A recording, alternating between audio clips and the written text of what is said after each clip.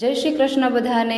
અત્યારે વાગી ગયા હતા 10 અને વહેલા હારા આજ તો ફ્રી થઈ ગઈ। તો સારું ચલો મેં તો 2 દિવસથી જે કામ ઢીલે થાય છે ને એ કામ જ પતાવી દઉં, કેમ કે 2 દિવસ છે ને 2 બવણી થઈ રહી હતી અને ઉટકીને સાફ પણ રાખી દીધી। મેં તો આજ ભરે કાલ ભરે પણ મસાલિયામાં હતું ત્યાંથી હાલ્યું, પણ આજે મસાલિયું પણ ખાલી થઈ ગયું હતું। એટલે પહેલાં તો છે ને ધાણાજીનું હળદર ભરી લીધી, પછી કબાટ ખોલ્યો ને તો હમણાં કરિયાણું લઈ આવ્યા ત્યારના ભાત પણ એમને પડ્યા હતા સાફ કર્યા વગર, એટલે એ ભરી લીધા।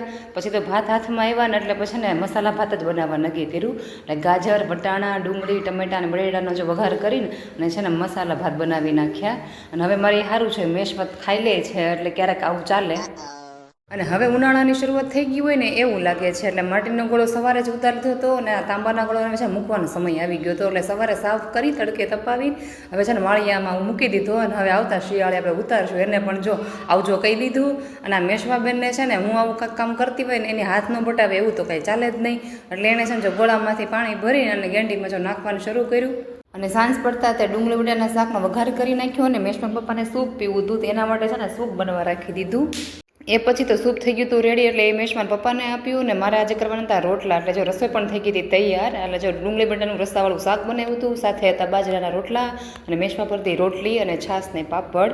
એ પછી તો મેશવાન પપ્પા બે ગયા હતા ગામમાં તો આઈસ્ક્રીમ લેતા આવ્યા, અને મેશવાની ખાવાની રીત કંઈક અલગ જ છે।